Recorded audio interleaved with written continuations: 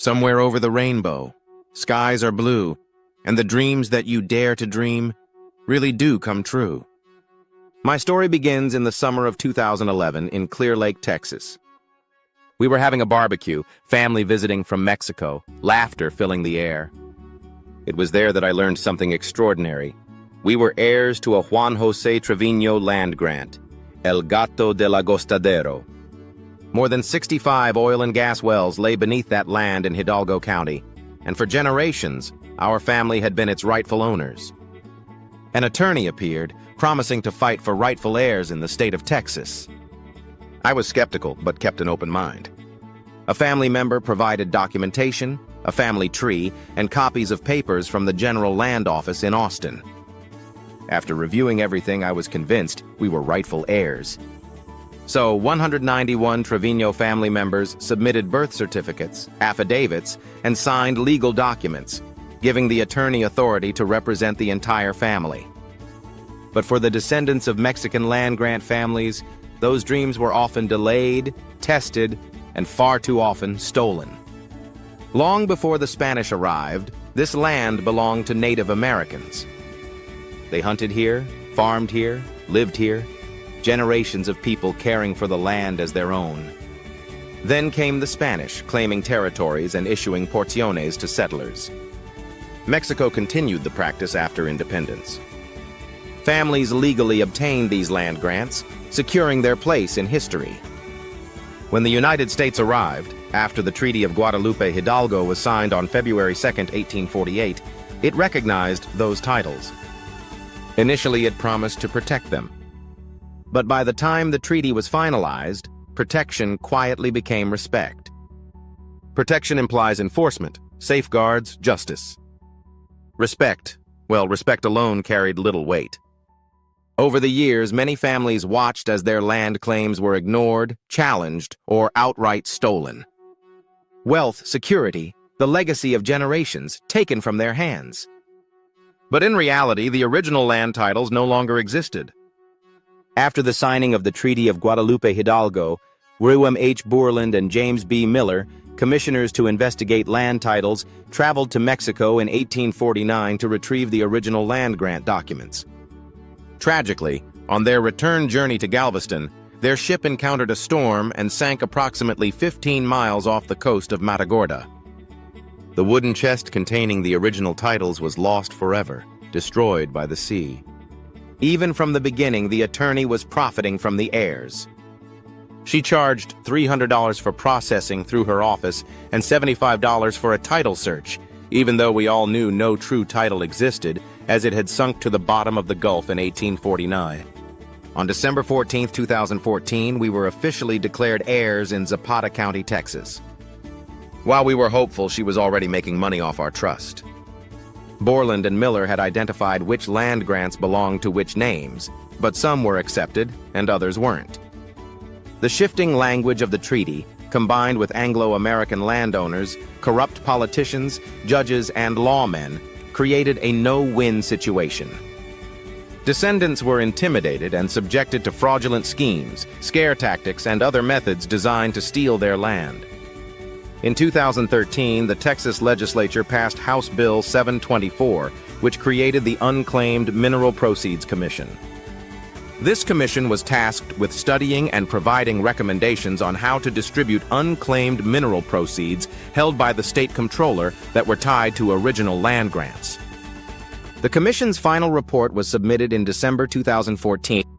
The findings were not what many of the heirs and their representatives had hoped for. The report concluded that the vast majority of unclaimed mineral proceeds were not, in fact, unclaimed in the way some people had believed. Then came Plan B. She hired a prestigious law firm from Detroit, Michigan, but that fell through as well. The firm quickly realized that things were not what they seemed. Her communications revealed a pattern of control and manipulation. Litigation fees were rebranded as retainer fees. Terms were altered, and all correspondence was required to go through her office, making it nearly impossible for heirs to obtain information. She also instructed land grant heirs not to contact her co-counsel in Detroit. Families were blamed for errors. Many were elderly and had no knowledge of computers or cell phones. They still relied on landlines even in modern times. Navigating the internet or accessing her homepage was nearly impossible, especially for those who were primarily Spanish-speaking and unfamiliar with digital technology. In many cases, they sought help from younger relatives who were more literate in technology, hoping to follow instructions correctly. Yet despite these efforts, communication remained difficult. For more than a decade, thousands of heirs believed her to be a prophet, praising and worshiping her as a true national hero. From January 2015 to 2021, millions poured into her accounts. Estimates suggest she acquired $8 to $10 million in litigation fees alone. Her co-counsel, a prestigious Detroit law firm, repeatedly advised her in August 2021 to return the money to the heirs. Her excuse? It no longer existed. It had been spent on office expenses and staff salaries. Later, she dismissed her staff and used family members to continue collecting fees. Her website operated like a subscription service. Donations were requested to fund travel throughout the United States for meet-and-greet events with heirs from different land grants. They sold T-shirts, coffee mugs, and other items, presenting a compelling narrative to frame the federal lawsuit we were pursuing as historic. The same approach applied to collecting fees for the lawsuit. Families, believing in justice, trusted her with both their money and their hope. In 2015, families of 10 or more entered into a legal relationship with our land grant attorney. By the time she withdrew in August 2021, each family had lost approximately $7,000 in yearly fees, $100 per person per year, every year for 7 years. With many families having between 5 and 15 members, the total amount collected was staggering. Across all the land grant descendants, at least thousands of families had participated, placing their trust and their hope in her hands. Repeated emails documented requests for proof and documentation, yet it never came. Families were promised billions from oil companies, settlements as high as $250 billion. Descendants were organized into groups of 100. Deadlines changed repeatedly. Explosive evidence was promised in 2017. Many heirs wrote to the Texas Bar Association filing complaints about misconduct. The system failed them repeatedly. Eventually, the attorney was sanctioned and her license was revoked. Any return to legal practice would require her to repay the money she had taken from her clients. How is that justice? The State Bar of Texas failed the land grant ancestors and their descendants. The situation resembled a 3-card Monte game: pick the right card, maybe win the money.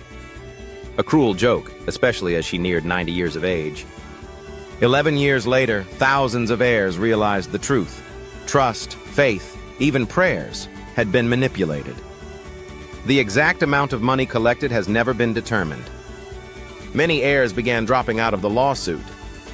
It was estimated that the attorney initially represented over 20,000 heirs, but that number eventually fell to around 2,000.